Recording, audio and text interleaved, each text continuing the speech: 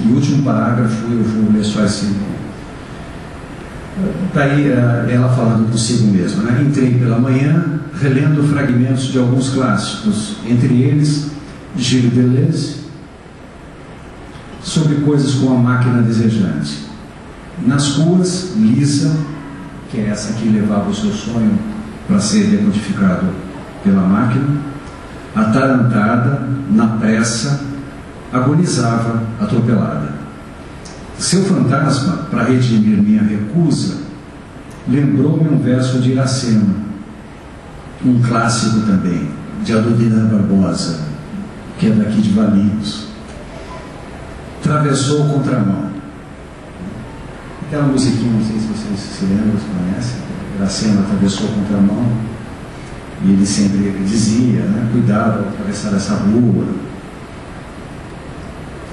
Então eu tenho a impressão que isso são formas de se criar um contraste pela... O Joyce tem aquela coisa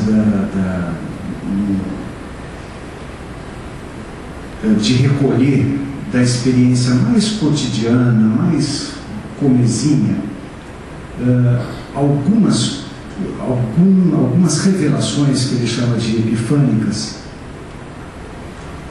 E eu tenho a impressão que o microconto, pela condensação, atinge isso, e a ficção científica, pela condensação, atinge isso. E só para fazer um esclarecimento, tem uma grande teórica de quem eu gosto muito, que é a Leila Perrone Moisés, que é uma biógrafa do Roland Barthes, inclusive, que diz que essa condensação não é só uma forma de comprimir as coisas. Ela tem mais a ver com o que os existencialistas chamavam de redução eidética. Ela comprime, mas extrai algo que seja da ordem do ancestral ou do universal para retomarmos. Então acho que eu passo para o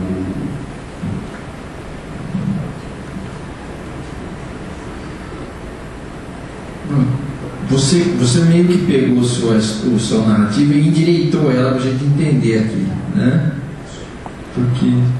Porque na verdade é um torvelinho de imagens, né? E de grande expressividade de linguagem, né? E que o leitor precisa ir lá e encontrar as peças para poder montar essa narrativa. Então esse é um recurso, digamos assim, próprio do mainstream, né? E que a gente vê aplicado à ficção científica na revista. Você falou dos sonhos também, né? Quer dizer, o sonho que se torna uma preocupação do Estado. E há um outro conto aí, né, do Jacques Barcia, que eu acho que o título é Meu Nome é Interno, que o sujeito está preso porque ele era um pirata de sonhos, né? Quer dizer, ele pressupõe um contexto qualquer em que até o sonho é objeto de comércio, né? É o outro, é esse aqui. Então ele diz assim, do lado de lá e é bem prosa poética, que é outro recurso, né, do mainstream, né? Do lado de cada córnea, a Baía de Porto Maia é um guache marrom desfocado por uma mancha de catarata e pelo ar nervoso de crack da prisão.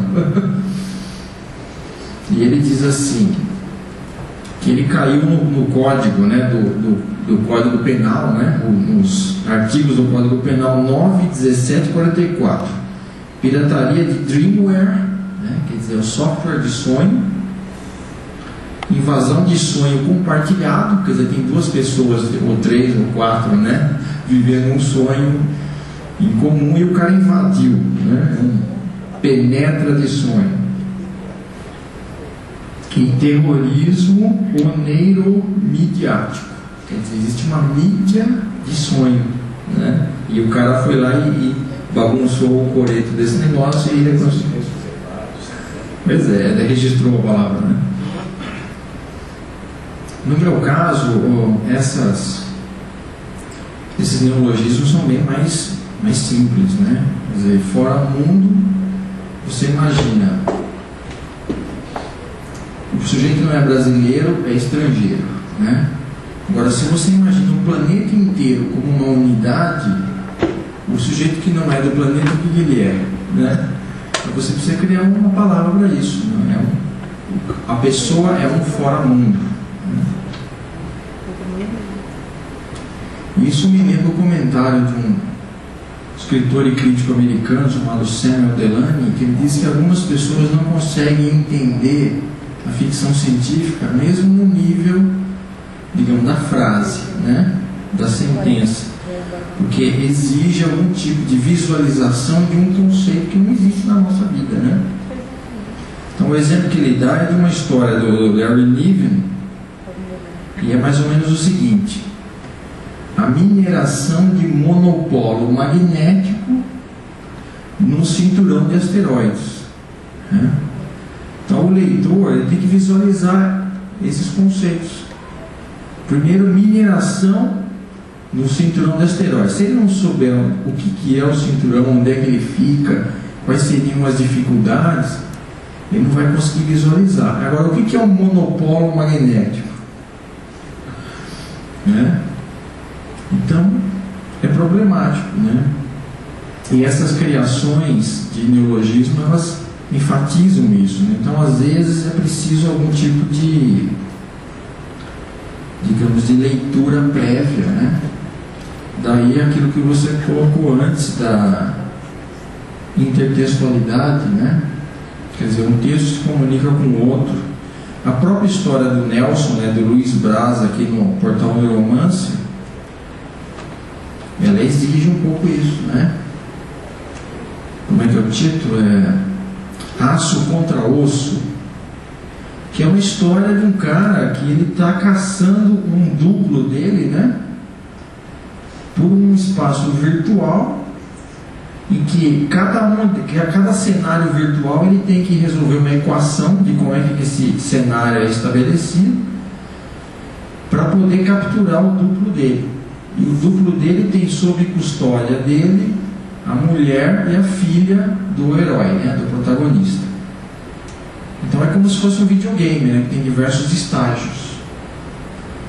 E se o leitor não for capaz de visualizar essas coisas usando as leituras anteriores de ficção científica dele, aí vai ser difícil, ele vai absorver esse conto só como linguagem mesmo, né? Nesse sentido é mesmo, ele exige que o leitor vá contribuir, preencher, né, os espaços conceituais da história, e nesse sentido o leitor é um coautor mesmo, né? Eu não gosto muito disso, eu acho que isso tem um certo limite, né? Quer dizer, o leitor chegar num instante que ele diz assim: poxa, se eu tenho que escrever todo esse negócio, eu não preciso ler, né? Eu vou sentar e escrever, né? Então, às vezes é uma brincadeira que se exagera um pouco, né? E eu costumo ser meio conservador. Eu gosto mesmo de história começo, meio e fim, e que brinque um pouco, né, dialogue com essas tradições da ficção científica, mas não necessariamente nesse nível, embora eu goste, né? Eu admiro quem faz isso, né? Antes do Nelson, quem fazia isso era o Braulio Tavares, em alguns contos que você lia, você ficava muito impressionado, porque é uma narrativa não convencional, mas que exige que você conheça as convenções do gênero, né, para poder preencher as lacunas